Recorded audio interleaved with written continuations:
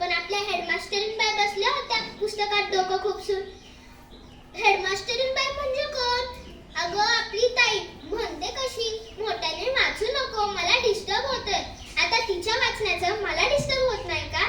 छे छे छे, मला नाही जमणार. इतिहास काय मनातल्या मनात वाचायचा असतो. बरं, बाबाचं तर नेहमीच असतं.